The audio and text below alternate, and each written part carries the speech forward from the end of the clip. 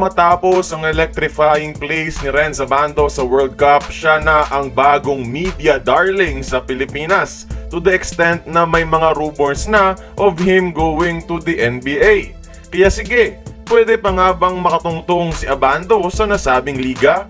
Here's how, pero bago natin pag-usapan, palike naman ng ating video bilang suporta. Kamusta mga idol? Anong balita? Kung bago ka pa lang dito, i-click mo na ang subscribe at ang notification bell para maging updated ka sa ating mga uploads. Nakapirma pa rin ngayon si Renz Abando sa KBL para sa anyang KJC at may very minimal chance siyang makatungtong sa NBA or G League to be close to reality kapag nagtala siya to the extent ng all-star numbers sa upcoming KBL season. Di kasi kagaya ng Japan B-League or NBL Australia na nagiging pathway ng mga pro players, rising o redeeming stars man, di kilala ang KBL bilang pick-up or transition site ng mga players patungong NBA G League at wala ring masyadong Koreano kahit doon man lang. Iilan lang ang mga players na nakasungkit ng NBA G League contract matapos maglaro sa KBL. Sila ay sina Sim Bolar, Hakeem Warrick, Mr. Everything ng BMEG Marcus Blakely at si Andrew Goodluck.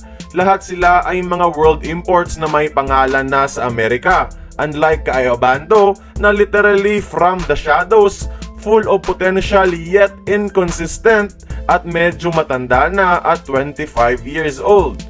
Kahit maganda ang World Cup performance ni Abando at kahit believe sa kanya ang mga NBA matchups niya, malabo pa rin makapag-NBA siya o kahit G-League man lang, taliwas sa mga kumakalat na propaganda ngayon. But it doesn't mean zero chance at all.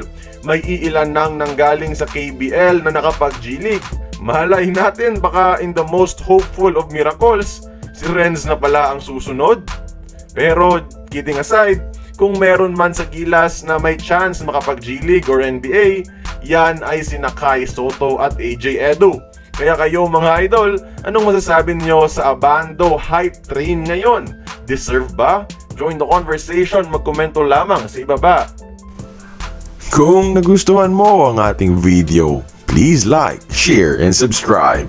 I-follow mo na rin ang ating social media platforms for more exclusive sports content. Until then, this has been Courtside Buckets. See you on the next one.